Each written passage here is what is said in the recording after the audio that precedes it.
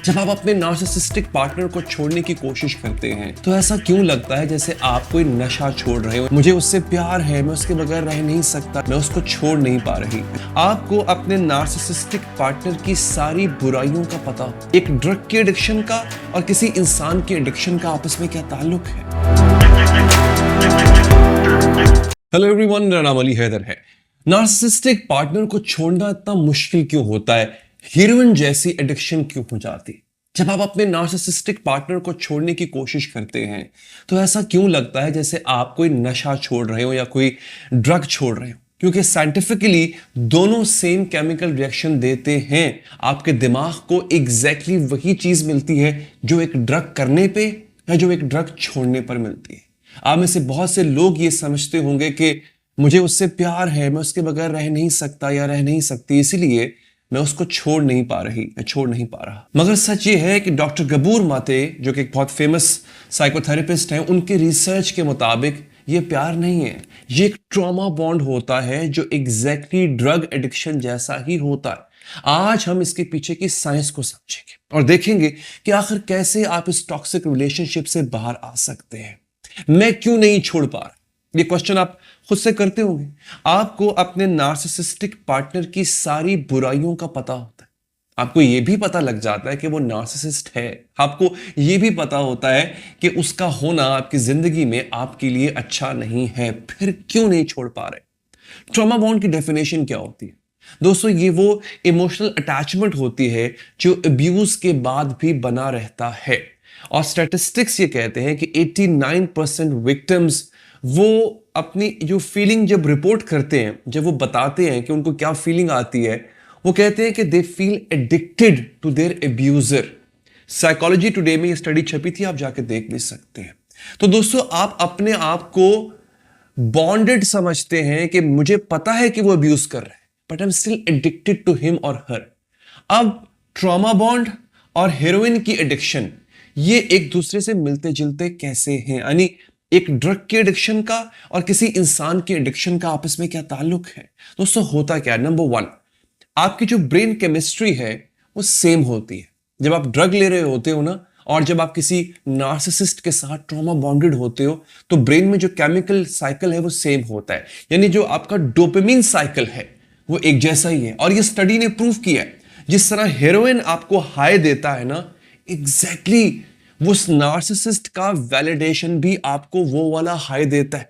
आपको फील होता है कि मुझे वही डोपामिन रश मिला है जब मेरे हस्बैंड ने, जो कि नार्सिसिस्ट है, जब मेरी वाइफ या गर्लफ्रेंड ने, जो कि नार्सिसिस्ट है, उससे मुझे एक दिन प्यार से देखा था। एग्जैक्टली वही किक मिलती है।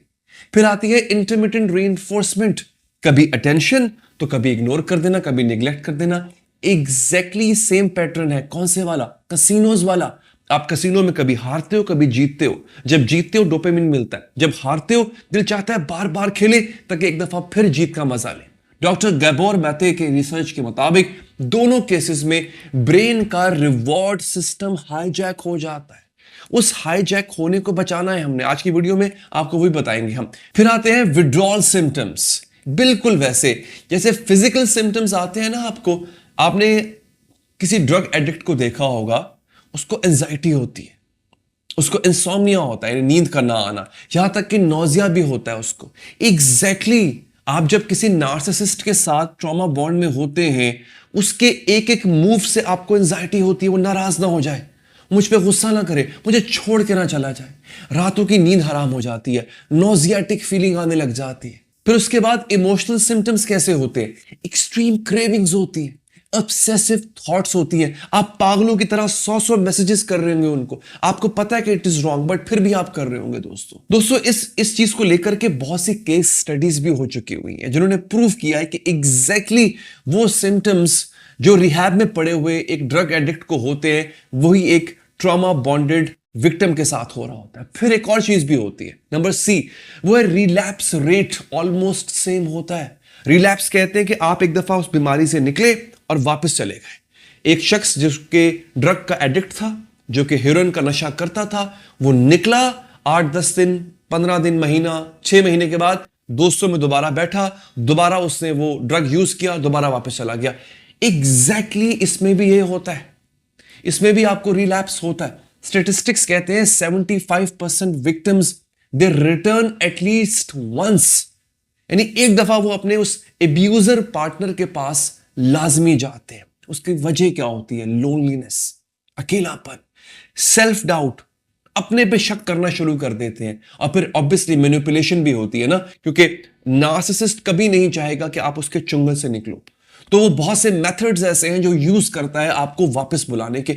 इन मेथड्स का जिक्र मैं अपनी एक और वीडियो में कर चुका हूं, आप चैनल पर जाकर देख भी सकते हैं कि नार्सिसिस्ट कौन कौन से मेथड्स यूज करता है आपको मैनिपुलेट करने के। तो फिर दोस्तों छोड़ा कैसे जा सकता है? सवाल ये है। देखिए होता यह है कि छोड़ना पॉसिबल है, ऐसा नहीं कि छोड़ा जा नहीं सकता, बट इसके लिए आपको प्रॉपर डिटॉक्स करना होता है। जैसे रिहैब में डिटॉक्स होता है ना आपका, रिहैब में क्या होता है?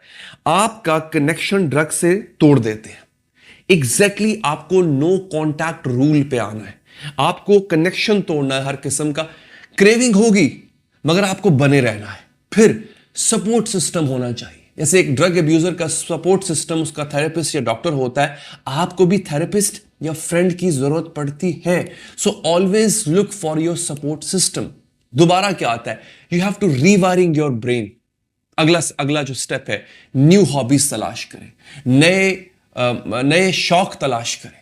दिस विल रीवायर योर ब्रेन, ये बहुत जरूरी होता है। तो ये इतना इंपॉर्टेंट है, इससे निकलने के लिए आप किसी की हेल्प मांगे, but you have to help yourself as well. तो दोस्तों अगर आपको लगता है कि आप प्यार में हैं मगर सच में आप एक डेंजरस केमिकल एडिक्शन में फंस चुके हुए हैं, तो गुड न्यूज ये है कि जिस तरह लोग ड्रग्स छोड़ लेते हैं ना और ड्रग्स छोड़ने में कामयाब हो जाते हैं, आप भी इसी तरह से इस टॉक्सिक रिलेशनशिप से बाहर आने में कामयाब हो सकते हैं। थोड़ा सा टाइम चाहिए और थोड़ा सा सपोर्ट चाहिए, ठीक है? तो अगर आप जानना चाहते हो दोस्तों कि नार्सिसिस्टिक एक्स को भुलाएं कैसे ओवरकम किया जाए, कैसे मूव ऑन किया जाए, मेरा अगला वीडियो इस पर आएगा। अपना बहुत ख्याल रखिए, चैनल को सब्सक्राइब कीजिए। Take care, bye bye.